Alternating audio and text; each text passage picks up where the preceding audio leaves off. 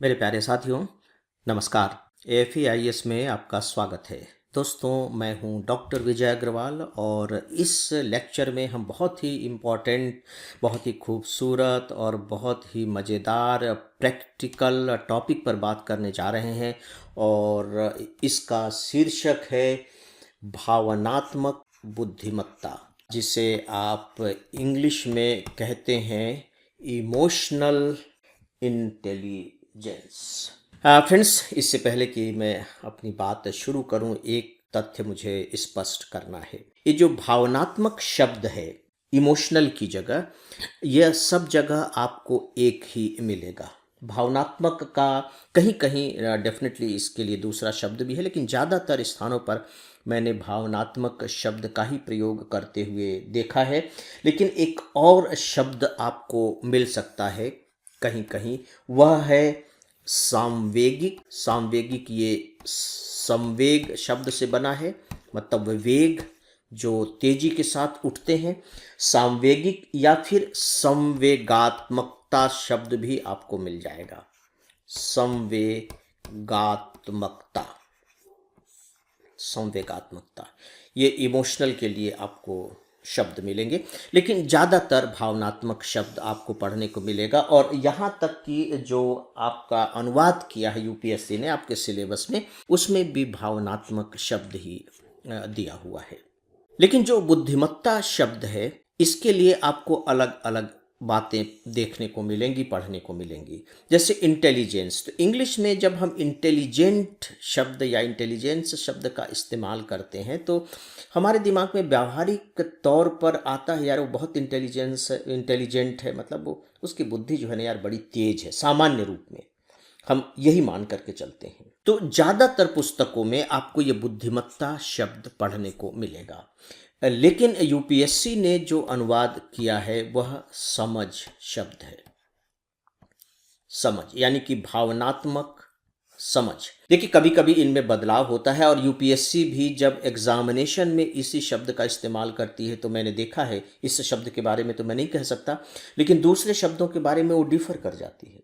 मतलब जब question paper में वह उसी अंग्रेजी शब्द का हिंदी लाती है तो वो अपनी तरफ से वो चेंज हो जाता है। तो जैसे यहाँ समझ है, लेकिन ज़रूरी नहीं है कि अगर इमोशनल इंटेलिजेंस पर कोई क्वेश्चन पूछा जा रहा है तो वहाँ भी समझ शब्द ही हो सकता है कि वहाँ बुद्धिमत्ता शब्द आ जाए, भावनात्मक बुद्धिमत्ता, या इसकी जगह पर और भी दूसरे शब्द, उदाहरण के तौर पर भावनात्मक बुद्धि ही आ जाए, भावनात्मक बुद्धि। और ये भी आपको पुस्तकों में पढ़ने को मिल जाएगा। हो सकता है कि इसके साथ ही साथ आपको बकायदे विवेक शब्द भी पढ़ने को मिल जाए। भावनात्मक विवेक, भावनात्मक विवेक पढ़ने को मिल जाए, भावनात्मक बुद्धि पढ़ने को मिल जाए, भावनात्मक समझ पढ़ने को मिल जाए, सांवेगिक समझ, सांवेगिक बुद्धि पढ़ने को मिल जाए, सांवेगिक विवेक पढ़ने को मिल जाए, और ये संवेगात्मक शब्द के साथ भी हो सकता है। कुल मिलाकर जो मैं कहना चाह रहा हूँ, यहाँ आपको थोड़ी सी सावधानी बरतनी होगी, थोड़ा सा ध्यान रखना होगा कि मैं अपने लेक्चर में भावनात्मक बुद्धिमत्ता शब्द का प्रयोग करूँगा, क्योंकि मुझे यह शब्द थोड़ा सा ज़्यादा सटीक तुलनात्मक रूप में मालूम पड़ रहा है।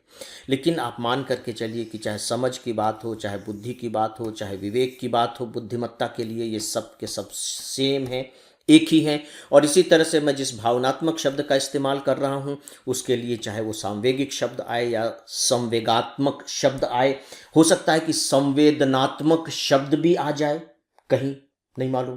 हालांकि किताब में मुझे अभी तक देखने को नहीं मिला है संवेदनात्मक, लेकिन हो सकता है। तो इन्हें आप एक ही मान करके चलिएगा। और यहाँ मैं आपको सजेस्ट करूँगा कि क्वेश्चन पेपर में जब भी आप इससे संबंधित प्रश्न पढ़ें तो प्लीज़ एक बार उसका अंग्रेजी का शब्द जरूर देख लें। इससे थोड़ी सी आपके दिमाग में और अधिक क्लैरिटी आ जाएगी। तो मित्रों, आइए अब हम भावनात्मक बुद्धिमत्ता के बारे में बात करते हैं। जैसा कि मैंने कहा कि ये बहुत बहुत और बहुत इंटरेस्टिंग विषय है, मज़ेदार भी विषय है। इंटरेस्टिंग और मज़ेदार इसलिए है क्योंकि ये बहुत व्यावहारिक है। हम सब इसका अनुभव अपने जीवन में करते हैं और सच पूछिए तो कदम कदम पर करते हैं, हर पल करते हैं। इसीलिए जब इसमें चर्चा की जाएगी तो उन चर्चाओं को आप अपने ऊपर घटित होते हुए पा सकते हैं, अगर आप ढूंढेंगे तो, कि यार मेरे साथ भी ऐसा ही होता है, उसके साथ भी ऐसा ही होता है।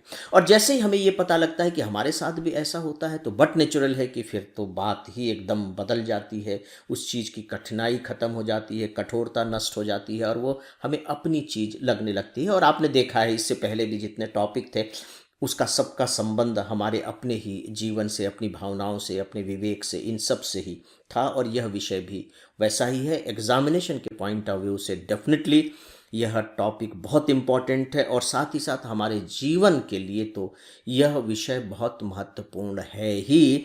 इसीलिए आप इसे सिर्फ सिविल सर्विस एग्जामिनेशन की तैयारी के संदर्भ में ही ना देखें, बल्कि मेरी राय है कि इसे जीवन के एक लेसन के रूप में भी देखें, एक शिक्षा के रूप में भी देखें और बहुत ही महत्वपूर्ण लेसन के रूप में देखें। राइट? फिर तो आइए अब हम लोग बात करते हैं भावनात्मक बुद्धिमत्ता की। देखिए, दो शब्द यहाँ हैं। आइए यहाँ से हम शुरुआत करते हैं। एक है भावना। भावना इंग्लिश में हम कहते हैं इमोशन, भाव।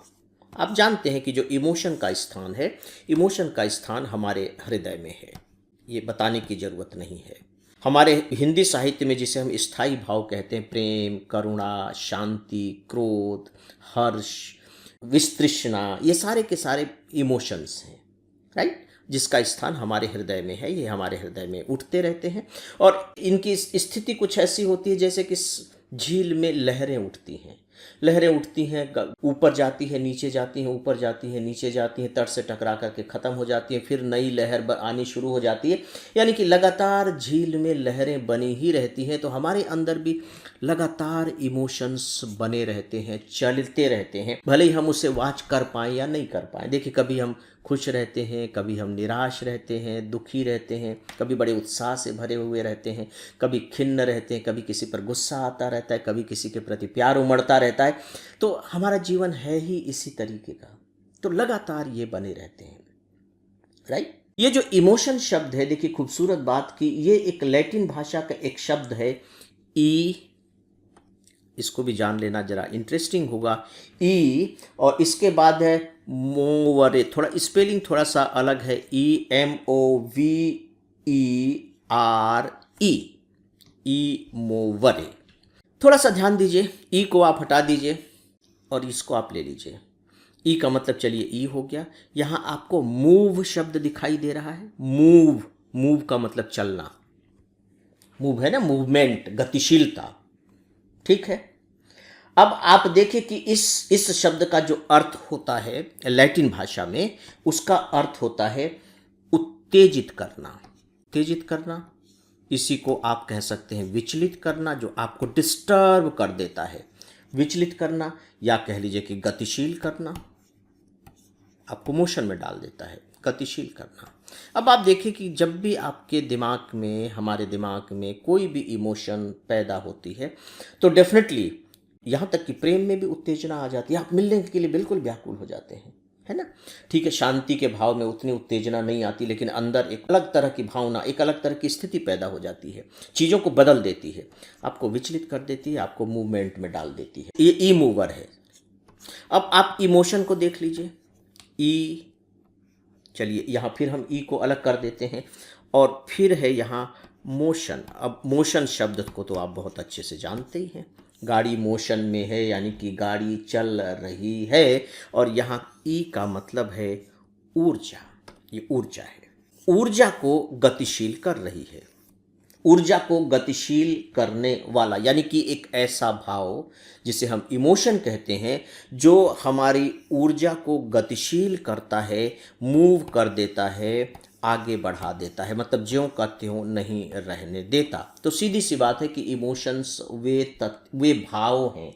याद रखिए कि ये विचार नहीं है, ये भाव है, भावनाएं हैं जो हमारे हृदय में उठती हैं। और जब उठती हैं तो अंदर से हमें चाहे विचलित करके गतिशील करें, जरूरी नहीं कि हम फिजिकली गतिशील हों, ऐसा नहीं है। अब देखिए कि जब गुस्सा आता है तो गुस्सा आता है तो क्या होता है, फिजिकली सिम्टम्स चेंज होने लगते हैं, आंखें लाल हो जाएंगी, मूछें फड़फड़ाने लगेंगी, ओंठ फड़फड़ाने लगेंगे, आवाज़ बदल जाएगी, चीज़ें होती हैं ना। तो कोई चीज़ तो गतिशील हो रही है, चाहे ब्लड सर्कुलेशन बढ़ रहा हो, चाहे सांस की गति बढ़ रही हो।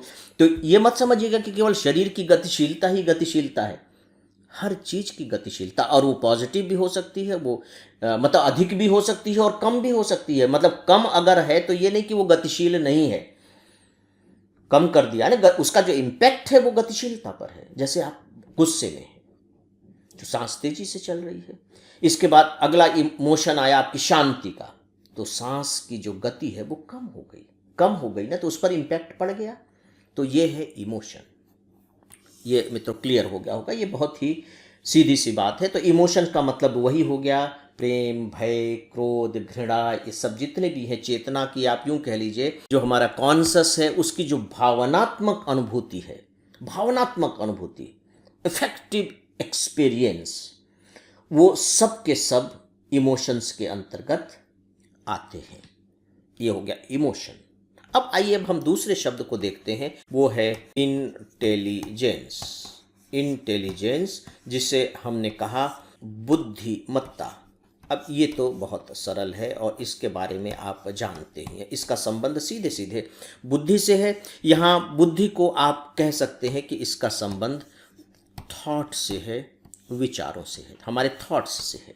हमारे दिमाग में हमेशा विचार उठते रहते हैं। देखिए, जब हम विचार कहते हैं तो ये विचार क्या है, और यहाँ हम देखते हैं कि ये इमोशन से किन मायनों में अलग है। विचार को ही आप एक दूसरा नाम दे सकते हैं, वो है विवेक। इमोशंस बेलगाम होते हैं, उस पर हमारा कंट्रोल नहीं होता है, लेकिन जो विवेक, जो विचार है, याद रखिए, विचार पर हमारा नियंत्रण होता है, विचार पर बाकायदे नियंत्रण होता है। विचार कैसे बनते हैं? सीखने से बनते हैं, हम सीखते हैं, नो डाउट कि वातावरण से बनते हैं।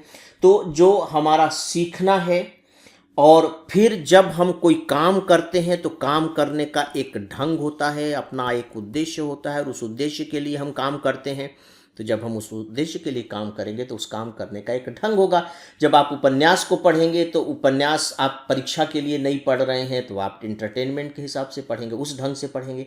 लेकिन अगर आप एग्जामिनेशन के हिसाब से उसी नॉवेल को पढ़ रहे हैं तो बट नेचुरली कि अब आपके पढ़ने का ढंग बदल जाएगा। तो ये विचार इसको निर्धारित करता है, विचार। फिर आप कैसे किसी भी चीज के बारे में प्रभावशाली तरीके से सोचें, प्रभावशाली ढंग से सोचना, ये सब के सब विचार के अंतर्गत आते हैं। इसीलिए मैं थोड़ा सा यहाँ इनकी चर्चा कर रहा हूँ। किसी चीज के बारे में प्रभावशाली ढंग से सोचना, फिर जब सोचने के बाद जो निष्कर्ष निकलते हैं उन निष्कर्षों का फिर बौद्धिक रूप से उपयोग करना। इसके बाद आपके सामने कोई समस्या आ जाती है तो समस्याओं का समाधान करना, निर्णय लेना, ये सब काम कौन करता है? ये सारे के सारे जो काम हैं वो हमारे विचार करते हैं, हमारे विवेक करते हैं। इसे ही हम कहते हैं बुद्धि। वो मूर्ख है। जब हम कहते हैं वो मूर्ख है तो सही मायने में हम यही कह रहे हैं कि उसकी बुद्धि कमजोर है, उसके विचार ठीक नहीं है, वो ठीक तरीके से किसी भी चीज को सोच समझ नहीं सकता। तो बोलचाल की भाषा में इसे ही हम कह देते हैं सोचना समझना। सोचना समझना, जो किसी चीज के बारे में सोच समझ कर निर्णय लेता है, अधिकांशतः सही निर्णय लेता है, हम कह देते हैं कि वो बड़ा बुद्धिमान है, बड़ा बुद्धिमान है। तो जो सलाहकार होते हैं, आप देखिए, जो सलाह देने का काम करते हैं, एडवाइज़र होते हैं, उनको हमेशा बौद्धिक व्यक्ति माना जाता है। बौद्धिक, कि यार इनकी बुद्धि बड़ी तेज है, इनका दिमाग सही तरीके से काम करता है, बड़ा सटीक है। ठीक है, तो जो बौद्धिकता है, बौद्धिकता कह लीजिए कि हमारे मस्तिष्क की चीज़ है। क्योंकि अब देखिए, दो चीज़ें हो गई। पहली चीज़ को हमने इमोशन को कहा कि ये हमारे हृदय की चीज़ है, और अब जो दूसरी चीज़ है इसको हमने कहा कि मस्तिष्क की चीज़ है, और हृदय में जो उठने वाला है इसे हमने कहा भावना, और जो मस्तिष्क में उठने वाले जो भाव हैं इसे हमने कहा विचार। और कहा जाता है कि 24 घंटे के अंदर हमारे दिमाग में लगभग 60,000 विचार उत्पन्न होते हैं। ये बात अलग है कि हम उसे समझ पा रहे हैं या नहीं समझ पा रहे हैं। अब हमें समझना है कि ये भावनात्मक, इमोशनल इंटेलिजेंस क्या है। या कह लीजिए भावनात्मक बुद्धिमत्ता क्या है। मित्रों, मेरी समझ से बिना बताए ही आपकी समझ में आ गया होगा कि ये भावनात्मक बुद्धिमत्ता क्या है। सामान्यतया हम या तो केवल विचारों के स्तर पर एक्शन लेते हैं, व्यवहार करते हैं दूसरों से, या हम सिर्फ भावना के स्तर पर करते हैं। सीधी सी बात है कि जब भावना और विचार दोनों में संतुलन स्थापित हो जाए, याद रखिए मैंने जानबूझ के कहा है, जब इन दोनों में संतुलन स्थापित हो जाए, बैलेंस स्थापित हो जाए, तो यही कहलाती है भावनात्मक बुद्धिमत्ता। यानी कि हम जो कुछ भी कर रहे हैं वह न तो सिर्फ भावना के वशीभूत होकर के कर रहे हैं और न ही सिर्फ विचारों के वशीभूत होकर के कर रहे हैं, बल्कि दोनों के मेल से कर रहे हैं, दोनों के मेल से। और जब हम कोई भी निर्णय या कोई भी काम इन दोनों के मेल से करेंगे, दोनों के संतुलन से करेंगे, तो स्वाभाविक तौर पर हमारे जो निर्णय होंगे, हमारे जो कार्य होंगे, वो बहुत अधिक सही होंगे। हमसे गलती कहाँ होती है? हमसे गलती ये होती है कि जब हम आवेश में होते हैं, आवेग में होते हैं, हमारे अंदर जब भावनाओं का ज्वार होता है, तो हम इसके वशीभूत होकर के निर्णय ले लेते हैं। किसी पर आपको गुस्सा आ गया, भावना का आवेग है, उस समय लगता है कि आप सिर फोड़ दें, उसका कर भी बैठते हैं। देखिए कितनी हत्याएं इसी आधार पर हो जाती हैं, मतलब परिवार के सदस्यों की हत्या कर देते हैं लोग। पता लगा पत्नी ने पति की हत्या कर दी, पति ने पत्नी की हत्या कर दी, इस तरह की घटनाएं सुनने को मिले। गुस्से में आकर के बेटे ने पिता की हत्या कर दी, अपने रिलेटिव्स की हम हत्या कर देते हैं, और बाद में सिर पकड़ कर करते, अरे बाप रे ये मुझसे क्या हो गया, हत्या हो गई, भावना खत्म हो गई, नशा उतर गया। नशा मतलब भावनाओं के आवेग का नशा उतर गया, तो लग रहा है कि बाप रे हमने ये क्या कर दिया। जब विचार की स्थिति में आए तब लगा कि बाप रे हमसे तो बहुत बड़ी गलती हो गई, यानी कि जो आपने किया वह सही नहीं है। और ठीक इसी हिसाब से अगर आप सिर्फ विचारों के आधार पर ही निर्णय लेते हैं, विचारों के आधार पर ही काम करते हैं, तब भी सही नहीं होता। उदाहरण के तौर पर चलिए मैं बताता हूं आपको, घटना है जलियांवाला बाग कांड, राइट। जनरल डायर ने गोली चलवा दी, वहाँ लोग इकट्ठे हुए थे। चलिए वो अगर वो आंदोलन भी कर रहे थे, तो जनरल डायर ने गोली चलाने का आदेश दिया और उसमें इतने लोग मारे गए, 2-2,500 लोग मारे गए, ठीक है। अब आप देखिए कि उसके पास बहुत से उपाय थे। उसका उद्देश्य था कि भाई वो किसी तरीके से उस भीड़ को तितर बितर कर दे। तो उसके लिए बाकायदे नियम बने हुए हैं कि आप पहले हवाई फायर कीजिए, और इसके बाद नहीं मान रहे हैं तो फिर आप पैरों के नीचे आप गोली चलाइए, उस पर भी नहीं मान रहे हैं तो घुटनों के ऊपर जांघ पर गोली मारिए। लास्ट स्टेज है जो उसने शुरू में कर दिया, शुरू में गोली मारनी शुरू कर दी, और निकलने के लिए जो छोटी सी गली थी, उस गली में बाकायदे उसने अपने तोप अड़ा दिए कि यहां से भी लोग ना भाग पाए। उसने जो निर्णय लिया वो किस आधार पर लिया? केवल विचारों के आधार पर, इन्हें मुझे खत्म करना है, या कह लीजिए कि सिर्फ भावनाओं के आधार पर, गुस्से में। लेकिन यहां उसका विचार था, विचार इस मायने में कि मैं पुलिस वाला हूं और ये मेरी बात नहीं मान रहे, मेरा आदेश नहीं मान रहे, मैं कह रहा हूं कि यहां से चले जाओ लेकिन नहीं चल रहे हैं, और उसने गोली चला दी। अगर उसके अंदर जरा भी भावना होती, जरा भी हृदय होता, तो वो क्या सोचता कि देखो ये इन विचारों का जीवन है, इन विचारों का परिवार है, इसमें महिलाएं भी हैं, इसमें बच्चे भी हैं, ये सब मारे जाएंगे, इनकी ज़िंदगी उजड़ जाएगी। तो उसके अंदर अगर इमोशंस जरा से भी उस समय इस रूप में जागृत हुए होते, संवेदना जुड़ गई होती, तो बट नेचुरल है कि वो गोली तो चलवाता, लेकिन अलग तरीके से चलवाता, उसमें लोग भी मारे जाते, लेकिन इतने संख्या में लोग मारे नहीं जाते। तो उसका निर्णय गलत हो गया। वो केवल अपने अहम में, कह लीजिए अपने विचारों में कि मैं ये हूं, उसके आधार पर उसने अपने एक्शन को अंजाम दिया, और नतीजा ये हुआ कि बिल्कुल उसका निर्णय, उसका एक्शन गलत हो गया, और उसको लेकर के फिर कितनी आलोचना हुई है और देश में कितने आंदोलन हुए हैं, वो हमारे स्वतंत्रता आंदोलन का एक चैप्टर है, उसे आप जानते हैं। तो जब हम सिविल सर्वेंट के संदर्भ में बात करते हैं, तो सीधा सा तथ्य है कि चूंकि आपको निर्णय लेने हैं, पब्लिक के लिए निर्णय लेने हैं, तो केवल आपको ड्राई होकर के निर्णय नहीं लेना कि भैया मैं तो रूल्स रेगुलेशंस को लागू कर रहा हूं। ये विचार है कि केवल रूल्स रेगुलेशन। आपको देखना होगा कि जिसके लिए आप निर्णय ले रहे हैं वो कौन है, उनको इससे क्या नुकसान हो सकता है, वो भी कमज़ोर वर्ग के लोग हैं या देश के नागरिक हैं, वो भी मनुष्य हैं, उन्हें भी जीने का अधिकार है, उनके भी कुछ मौलिक अधिकार हैं, उनका भी परिवार है। आप सिविल सर्वेंट हैं, आप एक सेवक हैं, तो सेवक होने के नाते ये देखिए कि यहाँ कौन सा निर्णय उपयुक्त होगा। और ये तभी हो सकता है जब आपके विचारों में भावनाओं की भी छौंक हो, भावना भी शामिल हो। और जब आप कोई भी निर्णय इस तरीके से लेते हैं तो स्वाभाविक तौर पर उसे कहा जाता है भावनात्मक बुद्धिमत्ता, यानी कि आपने बिल्कुल सही निर्णय लिया। सीधी सी बात है। देखिए, मान लीजिए कि मैं अपने घर में हूँ, ठीक है, मैं अपने घर में हूँ, मेरा पड़ोस है, मैं अपने घर में हूँ, मैं भरपेट खा करके सो रहा हूँ, भरपेट, और मुझे मालूम है कि मेरे पड़ोस के लोग भूखे सोए हुए हैं। इसको मैं सामान्य रूप में कह रहा हूँ, तो ठीक है, मैं भरपेट खा करके सो रहा हूँ, इसकी ये जाने मुझे क्या पड़ी है, काम नहीं करता है, गरीब है, भूखे सोए हुए हैं। इसका मतलब है कि मैं इनके प्रति किसी भावना का अनुभव नहीं कर रहा हूँ, और अधिकार के रूप में तो मैं बिल्कुल सही हूँ भैया, मैंने थोड़ी इनका ठेका ले रखा है कि मैं इनका पेट भरने जाऊँ। नहीं, और मैं बिल्कुल करेक्ट हूँ, याद रखिए कि मैं सही भी हूँ।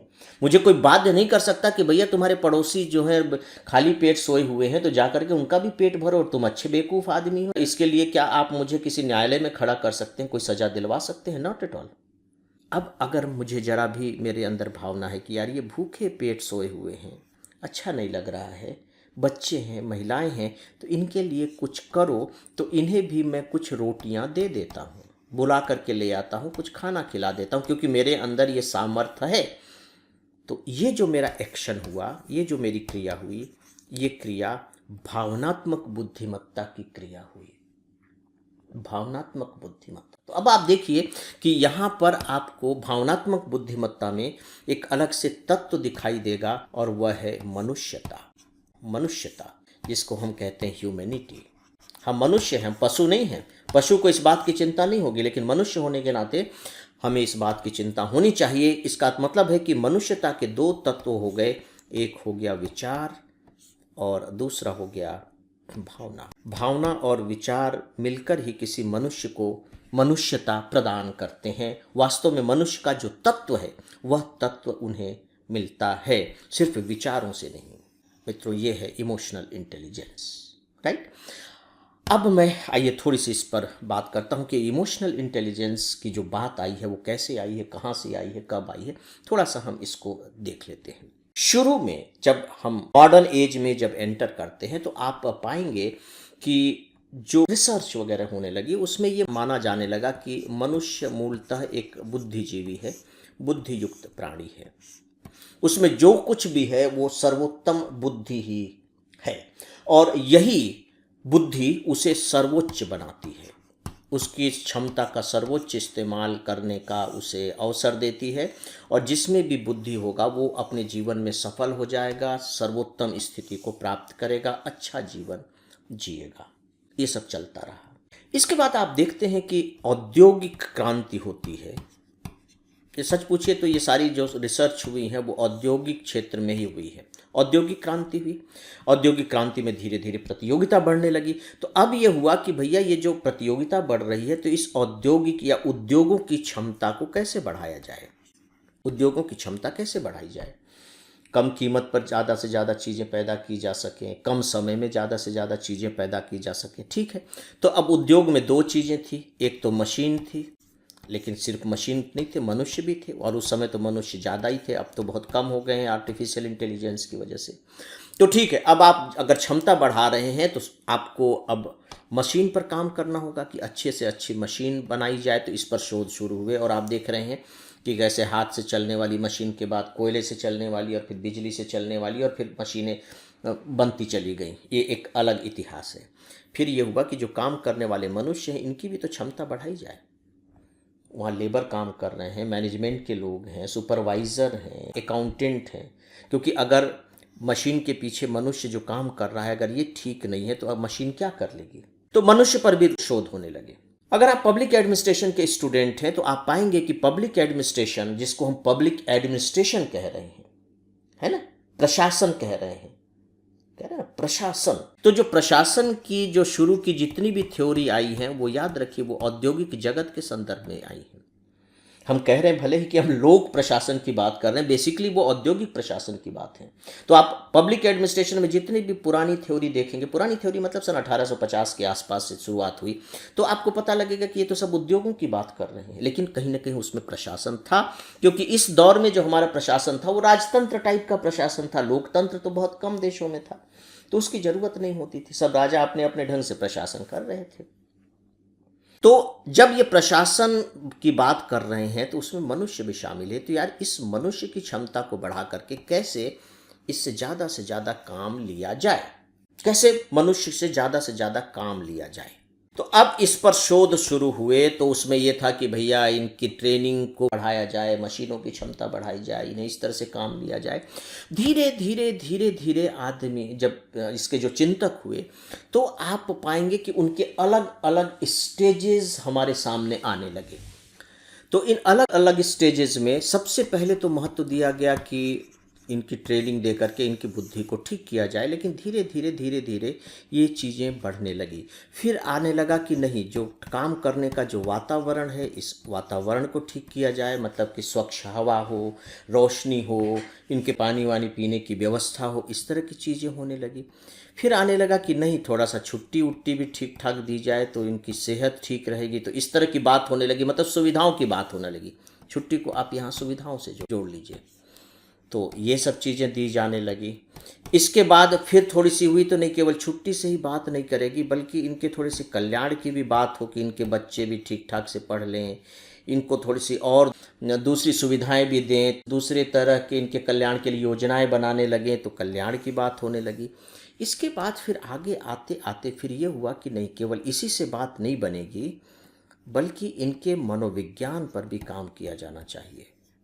मतलब ये सिर्फ बुद्धि, वातावरण और इन्हीं से नहीं होगी, इनके साइकोलॉजी के लिए भी उपाय किए जाने चाहिए। क्योंकि जो मनुष्य है, मनुष्य के रूप में इनका जो दिमाग है वो तो बुद्धि से जुड़ा हुआ है, लेकिन इनके पास मन भी है, यानी कि हृदय भी है, यानी कि इनके मन को समझना होगा और इसे ठीक रखना होगा। इसका मतलब है भावना। मनोविज्ञान का मतलब ही है भावना का विज्ञान। इस पर भी विचार होने लगा। यानी कि आप ये मान करके चलिए कि लगभग लगभग अगर हम ईयर की लैंग्वेज में बात करें तो 1900 तक पहुंचते पहुंचते ये बात स्थापित हो गई कि नहीं, आप मनोविज्ञान की उपेक्षा नहीं कर सकते, औद्योगिक क्षेत्र में भी, और जो बाद में फिर प्रशासन के क्षेत्र में आया। हालांकि ये बहस बहुत पहले से शुरू हो गई थी। एक विचारक है हीगल, जिनका नाम आपने सुना होगा। हीगल ये मान करके चलते थे कि नहीं, जो कुछ भी है वो बुद्धिमत्ता ही है, मनुष्य की बुद्धि ही सब कुछ है। इसके बाद फिर एक किर्कगार्ड आए हैं, अगर आपने इनका नाम सुना होगा, अगर आप लिटरेचर और फिलॉसफी के स्टूडेंट हैं तो डेफिनेटली सुना होगा, जो अस्तित्ववादी विचारक थे किर्कगार्ड। इन्होंने कहा कि नहीं, केवल बुद्धिमत्ता से बात नहीं बनती है, बल्कि आदमी का जो मूल्यांकन है वो होना चाहिए उसकी भावनाओं से। मतलब भावनाओं को समझने की क्षमता जिसमें होगी वह बहुत आगे बढ़ेगा। इन्होंने ये बात कही। यहाँ से फिर एक शुरुआत हुई कि नहीं, हमें भावनाओं की तरफ भी ध्यान देना होगा। एक बहुत बड़ा जो जंप आया मित्रों, इसे आप थोड़ा सा याद रख लीजिएगा। 1920 में एक मनोवैज्ञानिक हुए, थॉर्नडाइक। इन्होंने एक थ्योरी दी सोशल इंटेलिजेंस की। देखिए, सोशल इंटेलिजेंस, मैं थोड़े से इतिहास की बात कर रहा हूं। सोशल इंटेलिजेंस, सोशल इंटेलिजेंस का मतलब है सामाजिक बुद्धिमत्ता। सामाजिक बुद्धिमत्ता का मतलब क्या हुआ? देखिए, सामाजिक बुद्धिमत्ता का सीधा सा मतलब है कि समाज के साथ आप किस तरीके से व्यवहार करेंगे, उस व्यवहार की समझ, बुद्धिमत्ता। तो समाज के साथ साथ आप सिर्फ बुद्धि से काम नहीं कर सकते। समाज के साथ काम करने के लिए आपको भावना की भी जरूरत पड़ेगी। समाज के पास भावना भी है, जो लोग हैं, व्यक्ति, वो भावना प्रधान भी हैं, भावना भी उनके पास है। तो यहां से जब सोशल इंटेलिजेंस की बात आई, तब लोगों ने सोचना शुरू किया कि यार, सामाजिक संबंधों को निभाने के लिए सिर्फ बुद्धि से तो बात नहीं बनेगी।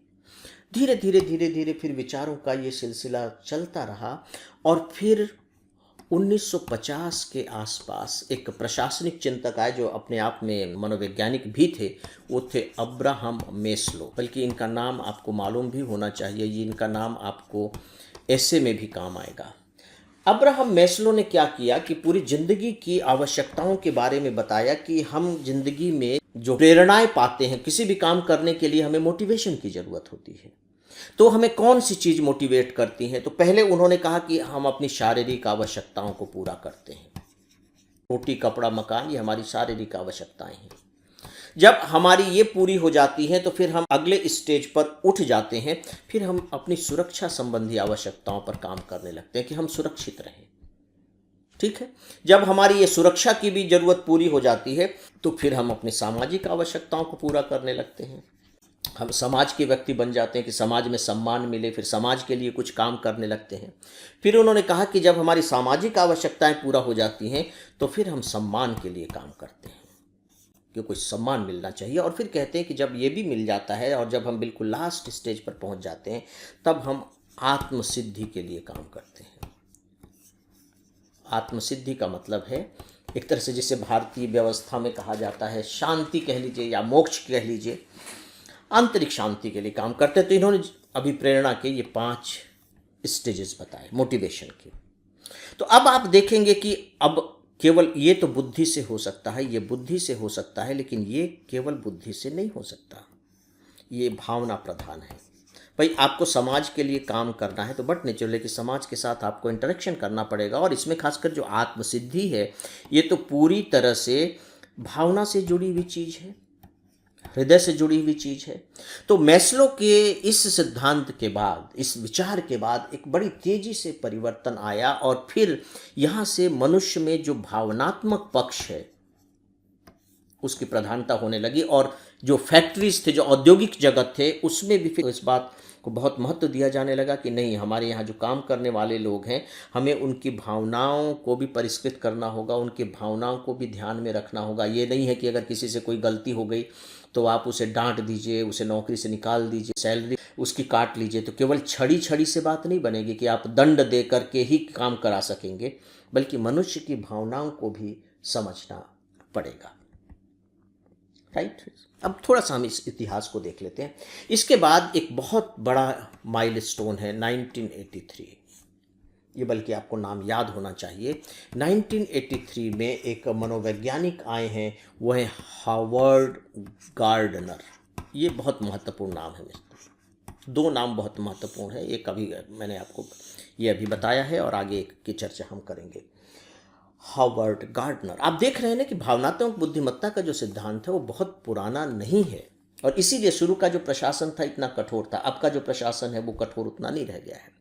हार्वर्ड गार्डनर ने एक सिद्धांत दिया जिसे हम कहते हैं बहुल बुद्धिमत्ता सिद्धांत। बहुल बुद्धिमत्ता का सिद्धांत आप कह सकते हैं। इसे इंग्लिश में कहा जाता है थ्योरी ऑफ मल्टीपल मतलब बहुल, multiple intelligence, theory of multiple intelligence. इस थ्योरी ऑफ मल्टीपल इंटेलिजेंस में मूलतः उन्होंने 8 प्रकार की बुद्धिमत्ता मानी। 8 प्रकार की बुद्धिमत्ता के 8 प्रकार होते हैं, लेकिन ये जो 8 प्रकार याद रखिए ये बुद्धिमत्ता के हैं। इस बुद्धिमत्ता के 8 प्रकार में 2 प्रकार ऐसे हैं जो सीधे सीधे भावनाओं से जुड़े हुए, जिन्हें हम भावनात्मक बुद्धिमत्ता से जोड़कर देख सकते हैं। 2 प्रकार, 8 में से 2। अब ये 2 क्या है आप देख लीजिए, बस यहां से तेजी के साथ इसकी शुरुआत होगी। पहले को उन्होंने कहा अंतर वैयक्तिक बुद्धिमत्ता, और दूसरे को उन्होंने कहा अंतःवैयक्तिक बुद्धिमत्ता। अंतर मतलब डिफरेंट, अलग अलग व्यक्ति। देखिए यहाँ जो है अलग अलग व्यक्ति, ये जो व्यक्ति हैं ये अलग अलग है। और दूसरा क्या है अंतःवैयक्तिक, एक ही व्यक्ति, बस ये दोनों में फर्क। ये जो बुद्धिमत्ता उन्होंने दी, यहाँ से भावनात्मक बुद्धिमत्ता की एक प्रकार से नींव पड़ गई। ये वो कह रहे हैं कि जो हम जब समाज में जब दूसरों से इंटरेक्ट करते हैं तब हमें बाकायदे जो दूसरों के जो भावनाएं हैं, दूसरों की जो इच्छाएं हैं, दूसरों के मन की जो स्थितियां हैं, दूसरों की जो अनुभूतियां हैं, दूसरों का जो स्वभाव है, दूसरे की जो प्रेरणाएं हैं, दूसरे की जो भावनाएं हैं, उन्हें समझना चाहिए। उन्हें जब तक हम नहीं समझेंगे तब तक हम उनके साथ सही व्यवहार नहीं कर सकेंगे। इसका मतलब है कि जो अलग अलग लोग हैं, हमें उनकी भावनाओं, इच्छाओं, आप कह लीजिए कि जो उनकी मन स्थितियां हैं, जो अनुभूतियां हैं, उनकी समझने की क्षमता होनी चाहिए, योग्यता होनी चाहिए। ये तो दूसरों के लिए हो गया। दूसरा, उन्होंने कहा कि केवल दूसरों को ही नहीं समझना। इस गलतफहमी में मत रहिए कि आप अपने आप को समझते हैं। नहीं नहीं, आप अपने आप को नहीं समझते। आपको अपनी भी क्या सही इच्छा है, अभी क्या मेरी भावनाएं हैं, मेरी क्या अभी अनुभूतियां हैं, उनको भी समझना चाहिए। और समझने के बाद बकायदे उनको फिर मैनेज करना होगा, उनका प्रबंधन करना होगा। ये नहीं कि समझ लिया और जो मेरे मन में आ रहा है मैं वही कर रहा हूं। उनको मैनेज करना पड़ेगा कि भैया अगर मुझे बहुत गुस्सा आ रहा है तो ठीक है, मैं अब थोड़ी देर के लिए चुप हो जाऊं, मैं बात ना करूं, क्योंकि बात करूंगा तो बात बिगड़ेगी। तो मैं समझूं इस बात को कि मैं गुस्से में हूं, अभी मुझे बात नहीं करनी चाहिए। करनी चाहिए तो थोड़ी देर बात कर लूंगा, मैं थोड़ा सा रुकूं। तो ये है प्रबंधन। यानी कि उन्होंने दो बातें कही। एक तो हम दूसरों की भावनाओं को समझें, अंतर वैयक्तिक, अलग अलग लोगों की भावनाओं को समझें। फिर अंतः वैयक्तिक, यानी कि अपनी ही भावनाओं को समझें और फिर बकायदे उनका उपयोग करें, प्रबंधन करें, उनको मैनेज करें। ये नहीं कि सीधे सीधे हम एक्सप्रेस कर दें। इसके बाद मित्रों, जो पहली बार ये जो एक तरीके से कह लीजिए, इस पर जो बहुत जबरदस्त रूप से बहस शुरू हुई और यूं कह लीजिए कि पूरी की पूरी दुनिया में इस पर बातचीत होने लगी, इसको स्वीकार कर लिया गया। वो हुआ 1995 में। 1995 में फिर एक मनोवैज्ञानिक जो व्यक्ति आए, इनका नाम बहुत सम्मान के साथ भावनात्मक बुद्धिमत्ता के क्षेत्र में लिया जाता है। वो हैं डेनियल गोलमैन।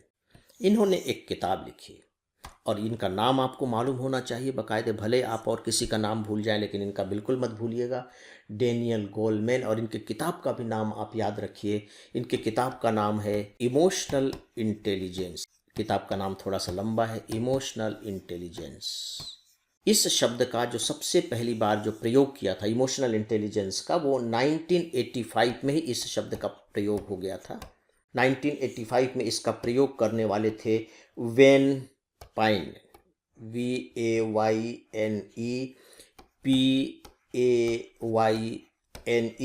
हिंदी में लिखा हुआ मिलेगा आपको वैन पेन। इन्होंने इस शब्द का सबसे पहले प्रयोग किया था। तो इसका इन्होंने प्रयोग किया इमोशनल इंटेलिजेंस। लेकिन यहीं पर ये टाइटल नहीं है, इसके बाद है, देखिए, why it can matter more than IQ। Emotional intelligence, why it can matter more than IQ।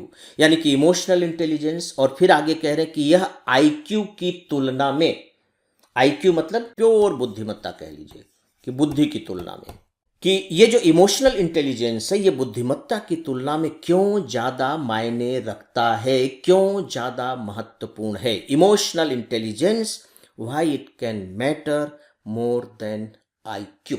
ये किताब, और ये किताब इतनी ज़बरदस्त रूप से पॉपुलर हुई, इतनी ज़बरदस्त रूप से पॉपुलर हुई कि ये जो इमोशनल इंटेलिजेंस का जो विचार था, जो भावनात्मक समझ का जो विचार था, कहीं आपको प्रज्ञता भी मिल सकती, भावनात्मक प्रज्ञता, शायद इस शब्द का इस्तेमाल मैंने इससे पहले नहीं किया, प्रज्ञता, इंटेलिजेंस की जगह प्रज्ञता शब्द भी मिल सकता है, कि ये एक प्रकार से पूरी की पूरी दुनिया में यह टॉपिक लोकप्रिय हो गया, ये किताब लोकप्रिय हो गई, और यहाँ से सच पूछिए तो यह उपयोग में भी लाया जाने लगा। तो इसका जो सबसे बड़ा जो श्रेय जाता है मित्रों, वह जाता है डेनियल गोलमैन को, 1995।